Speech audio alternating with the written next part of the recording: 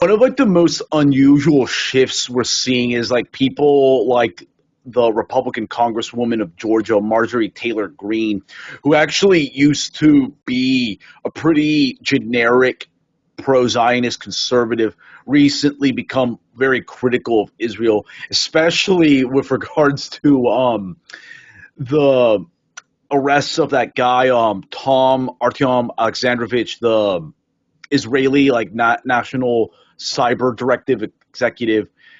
What do you make of Greene's like criticism of that guy and just her general break from like the GOP's pro-Israel orthodoxy?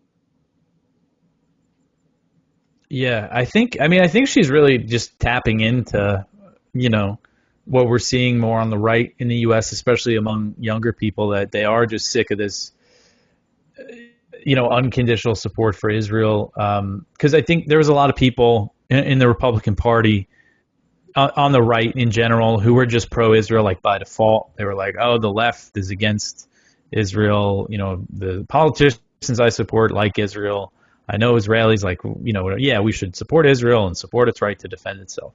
But now, after nearly 2 years of a live stream genocide in Gaza and kind of some of the blatant stuff, interference that we've seen from Israel, like the people are starting to notice the boycott laws, which have been going on for years at the state level. But what was it? What was the story recently that the DHS said that they would withhold disaster relief from countries or states that boycott Israeli companies? I mean, that stuff wakes people up. So the people that might have been pro-Israel by default are turning against it. And the polling does show like the boomer Republicans are all still, very pro-Israel, but younger people like under 40 are very much Oh yeah. not. So I think Greene is tapping into that. I think she sees which way the wind is blowing. I mean, I think she's like populist in her nature. And we are and I think it's good because she's giving that room.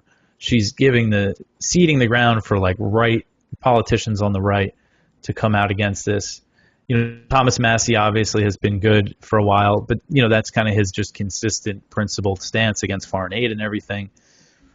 And he's always been an outlier. But seeing Greene, because she's kind of a specific like flavor of the MAGA right, and we're also seeing, and I'm hearing like in different elections around the country, we're starting to see Republicans running on like anti-APAC campaigns and stuff. So this seems like a significant thing that's happening.